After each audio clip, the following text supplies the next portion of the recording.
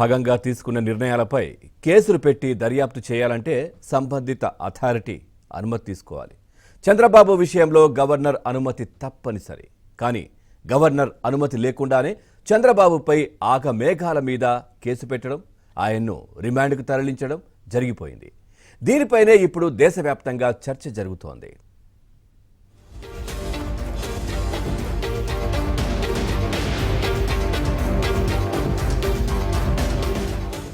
మాజీ ముఖ్యమంత్రులు, బ్యూరోక్రాట్లపై యథేచ్ఛగా కేసులు పెట్టవచ్చా?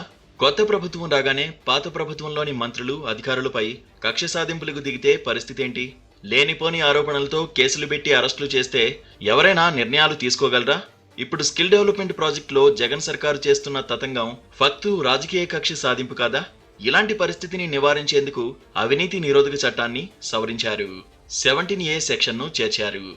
ఇప్పుడు చంద్రబాబు అరెస్టుపై ఈ 17A సెక్షన్ పైనే విజయవాడ ఏసీబీ కోర్టు నుంచి దేశ సర్వోన్నత న్యాయస్థానమైన సుప్రీంకోర్టు వరకు హోరాహోరీ వాదనలు సాగుతున్నాయి. చంద్రబాబుపై కేసు నమోదుకు గవర్నర్ అనుమతి తప్పనిసరని ఆయన తరఫు న్యాయవాదులు, అక్కర్లేదని ప్రభుత్వ న్యాయవాదులు వాదిస్తున్నారు.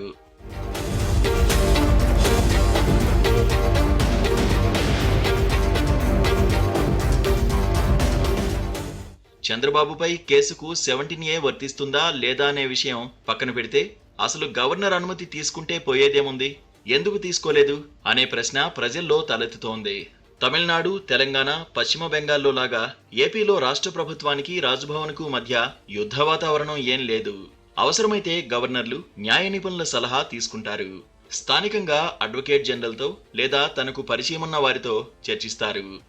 గత గవర్నర్ విశ్వభూషణ్ హరిచందన్ ఢిల్లీలో తనకున్న న్యాయవాదులతో చర్చించేవారు. అంతకుముందు ఉన్న గవర్నర్ కూడా ఇదే చేసేవారు. ఇప్పుడు కూడా ఇంకెవరైనా గవర్నర్గా ఉంటే చంద్రబాబుపై కేసుకు ప్రభుత్వం అనుమతి కోరేదేమో. కానీ ఇప్పుడు గవర్నర్గా ఉన్నది జస్టిస్ నజీర్ అహ్మద్. ఆయన మరొకరిని న్యాయ సలహా అడగాల్సిన అవసరం లేదు. ఆయనే స్వయంగా న్యాయకోవిదుడు.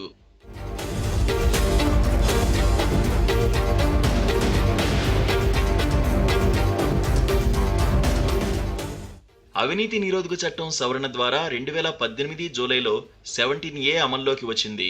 స్కిల్ స్కామ్ అంతకంటే ముందే జరిగింది కాబట్టి చంద్రబాబుకు 17A వర్తించదన్నది ప్రభుత్వ వాదన. నిజానికి అంతకంటే ముందే ఈ కేసులో ప్రాథమిక విచారణ జరిగి అందులో ఏమీ లేదని దర్యాప్తు సంస్థలు నిర్ధారించాయి.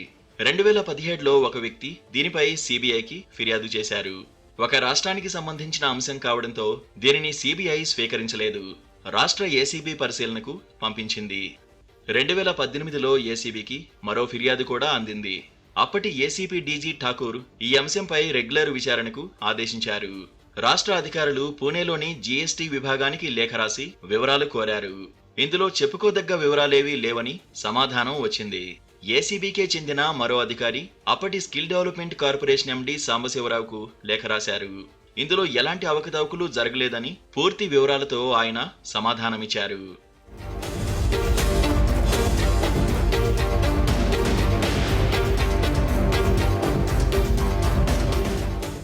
(2018లో వైసీపీ అధికారంలోకి వచ్చాక పాత ప్రభుత్వం చేసిన అన్ని నిర్ణయాలపై సమీక్షకు సిట్ నియమించింది. దీనిపై హైకోర్టు స్టే విధించడంతో స్కిల్ డెవలప్మెంట్ కేసును తాజాగా నమోదు చేశారు. నిజానికి 2018లోనే ఏసీబీ దీనిపై ప్రాథమిక విచారణ జరిపింది.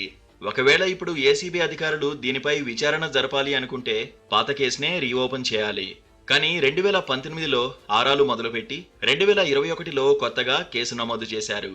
అలా చూసుకున్నా చంద్రబాబుపై కేసు పెట్టేందుకు 17A కింద గవర్నర్ అనుమతి తీసుకోక తప్పదు. వ్యక్తిగత రాజకీయ కక్షలతో గత పాలకులను, అధికారులను రోడ్డుకీడ్చుతున్నారనే 17A ద్వారా రక్షణ కల్పించారు.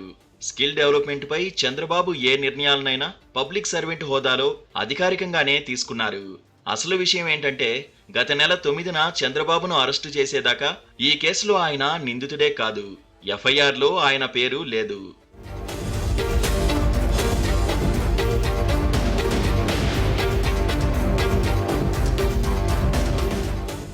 17A పై 2021 సెప్టెంబర్లోనే కేంద్ర సిబ్బంది శిక్షణ వ్యవహారాల విభాగం అన్ని రాష్ట్రాలకు స్పష్టంగా లేఖ రాసింది. ఇందులో నేరం ఈ సవరణ అమల్లోకి రాకముందు జరిగిందా, తర్వాత జరిగిందా అనే ప్రస్తావనే లేదు. పబ్లిక్ సర్వెంట్స్ తీసుకున్న నిర్ణయాలపై సంబంధిత అథారిటీ నుంచి అనుమతి తీసుకున్న తర్వాతే కేసు పెట్టాలని స్పష్టంగా చెప్పింది. ఏ స్థాయి వ్యక్తి విషయంలో ఎవరి పర్మిషన్ తీసుకోవాలనే నియమావళిని కూడా నిర్దేశించింది. దీని ప్రకారం చంద్రబాబుపై కేసు పెట్టాలంటే గవర్నర్ అనుమతి తప్పనిసరి.